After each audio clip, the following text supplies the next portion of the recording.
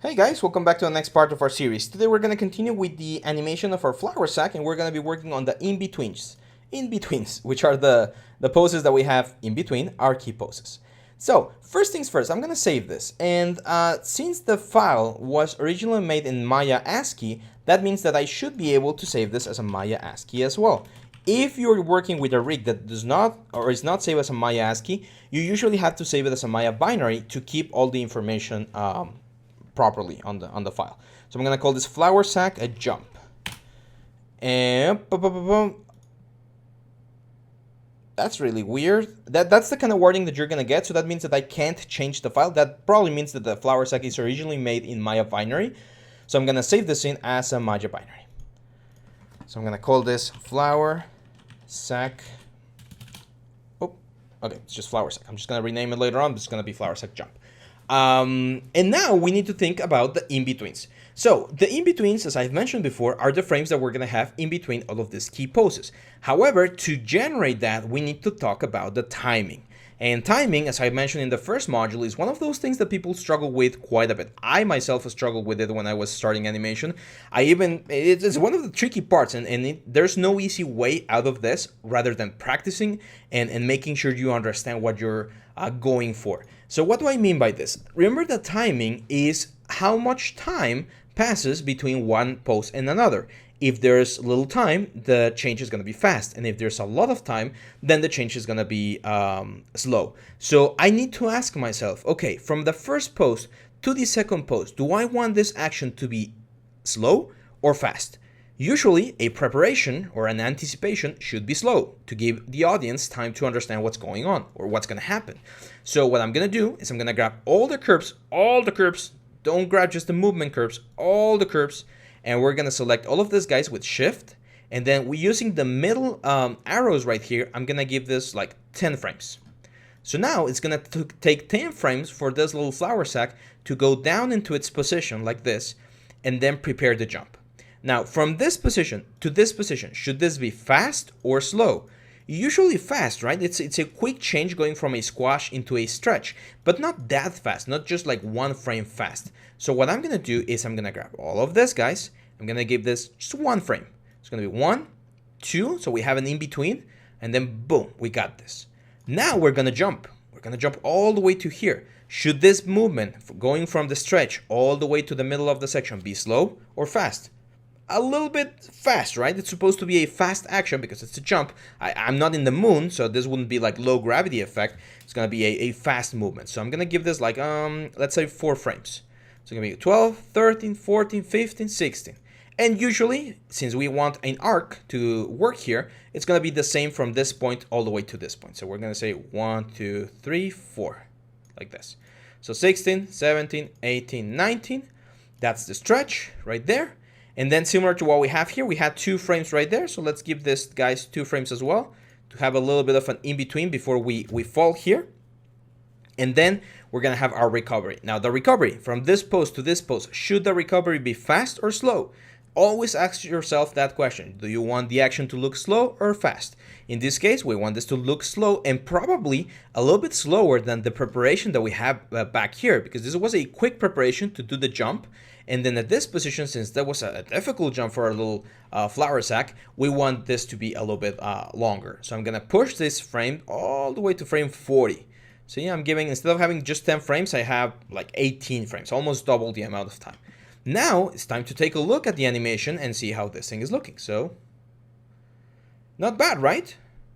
Just by adjusting the timing, we haven't done any in-betweens just yet, but by having very clean key poses and doing a proper timing, as you can see, we can get this very nice effect where we get this, flour sack jump looking very, very cool.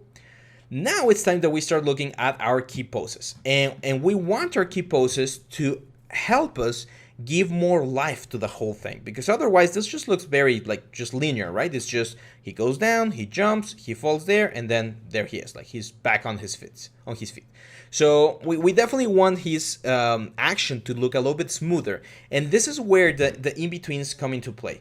So there's a very cool thing about the in-betweens, And that's the fact that during the in-betweens, we can actually exaggerate. This is something that cartoons did quite a bit when they were being made, 2D cartoons especially. But we can create a very intense in-between that's gonna push the animation into a nicer place. So imagine that we have a character like this guy going from looking to one side and then looking all the way to the other side. If we were to just like do a very linear motion going from one side to another, we will create a very boring animation. However, if during that in between, as what you're looking at here, we exaggerate the elements, we're gonna create a more intense effect, and it's gonna look like he's really doing a very intense change. So for us, for instance, we have this guy right here, and then we have this guy right here. What can we do? Well, before we fully like bend over to prepare for the element, what if this guy is just looking straight ahead, right? Like maybe all the way up till here, he's still looking at the other side of the gap, right?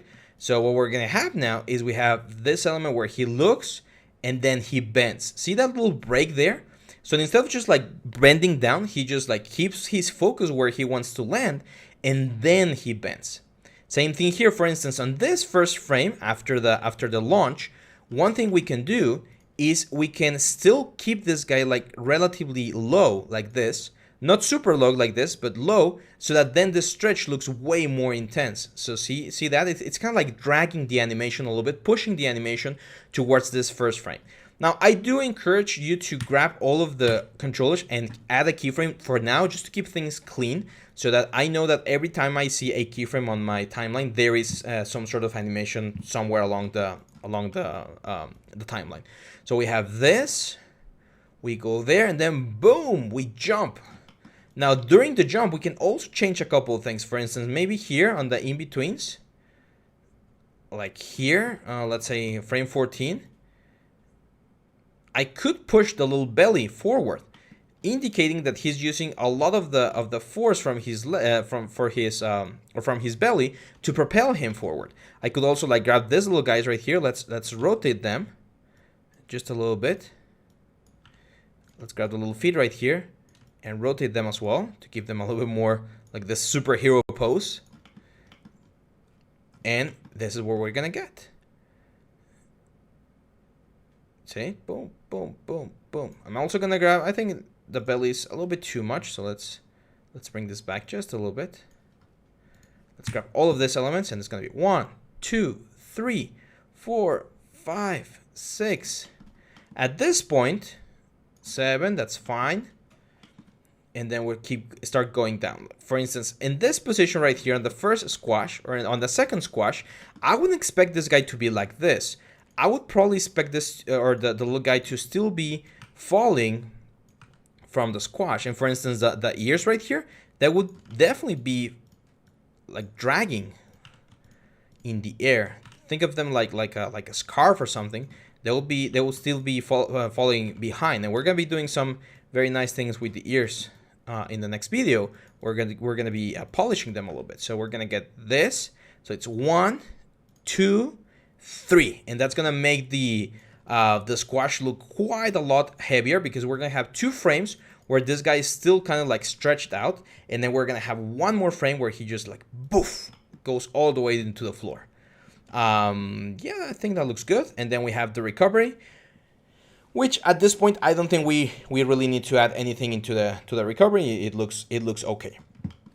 So now if we take a look at what we have here, we have this element right here, and as you can see, we get this very nice effect where the character just like falls into the ground. Now, one thing that we can do, usually when you jump and you fall like here, you're not just gonna recover immediately. You usually have like a little bit of a shockwave, right? And you kind of like stabilize yourself. So what I can do is I can go here to frame 22, and then instead of just like rising very quickly, I'm gonna give it 2 frames. And I'm gonna push this guy a little bit like further down, like oof, like a second bounce. So it's gonna be 1, fall, and then fall again, and then starts moving forward.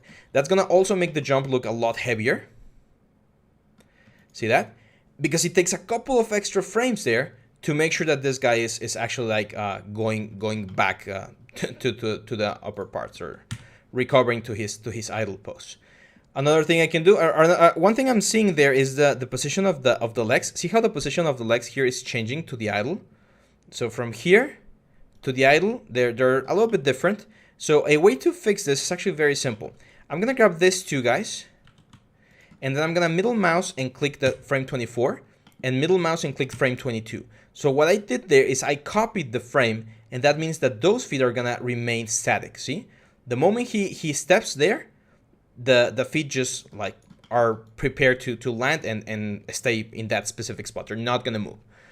Here's where things start getting a little bit interesting, because now we need to start thinking about how to polish this thing in a better sense, and this requires patience. Animation is a career and a work for patient people. So if you're not really patient, you're gonna have to exercise that muscle, because you're gonna be seeing the same animation thousands of times, and you're gonna be polishing things that are so small. That some people might be or might get the temptation to just rush it and don't pay attention to it. But it's very important that you do try to pay attention as much as possible. So for instance, here, the little ears are down. But here, I don't think they would be completely down. I think at this point, they would start going like this to push the pose into a more interesting effect. Now, I do have auto keyframe turned on. I've been having auto keyframe on for a while now, and that allows me to avoid having to press S every time I want to set a key. As soon as Maya detects that there's a change in a frame, it will automatically update that as a new keyframe. So 1, 2, 3, 4, which I like. 5, I like even better, because the little legs are creating this sort of like a straight line going down. I think at this point, I would take these guys right here, and I will push them a little bit back to create this sort of like drag on the ears. And then 16, since we still have that drag, let's just keep that curvature there, like that. We could even like push the pose a little bit like this, so that the head is a little bit delayed. We have this, and then for instance here, one frame before we land, like right about here, I think I would like to add a little bit of a movement on the legs, so that his like tippy toes are getting ready to land. So let's grab all the curves, add another animation there. We're gonna get this, feet land, and then boom, we land with all the force. We recover. Here, I'm actually gonna like really push this guy down. Almost, even if there's a little bit of overlap, that's fine. But that's gonna give me a little bit of that bloop effect, where he's just gonna go back up. Now, I don't think he would recover like perfectly like what we have here. I think he will be a little bit tired after that jump. So instead of having this very neutral pose, let's keep it like a slouch pose, like whew, he just did it, right? Probably not as bad, probably like this. And I'm just gonna keep the ears pointing slightly forward. This is about also giving a little bit of personality and character to the whole thing, to the character, because we don't want everything to look the same. Same for this, like let's lower the mass a little bit, kind of like if he exhaled, right? So now if we take a look at the animation, this is what we have. He just remains there. Now maybe at the first frame he's gonna be very brave. He has like his chest puffed out, right, like this. And he's gonna be looking forward like, yeah, I can do it. I'm really, I think I'm capable of this. Let's do this. So now we're gonna prepare, and boom, we jump. Boom. Now, let's say by any reason, I think certain things are a little bit too fast or a little bit too slow. What can I do? Can I still change the timing at this point? And the answer is yes. Like if you feel, for instance, that this preparation is a little bit too fast, you just need to grab all of the elements here, grab all of the objects here, and just move this thing, let's say 2 more frames. Just giving the preparation 2 more frames. And maybe like this pose that we have right here, we're gonna give it 2 more frames as well. And now we're gonna have this. And that might change the feel of the whole thing. It might make it look nicer, it might make it look snappier or faster. That will of course depend on the specific things that they ask of you when you're working on this sort of project. But it's very important that we try to make the best. Now, I really like, as you can see here, this sort of like stretch factor that we get at the end. It's just a frame, but this frame right here, where it looks very, very stretch, I think it adds up to the whole animation. I think it makes it look very, very nice. So if we want to add that at the beginning, it's just a matter of using one of the other principles of animation, which is exaggeration.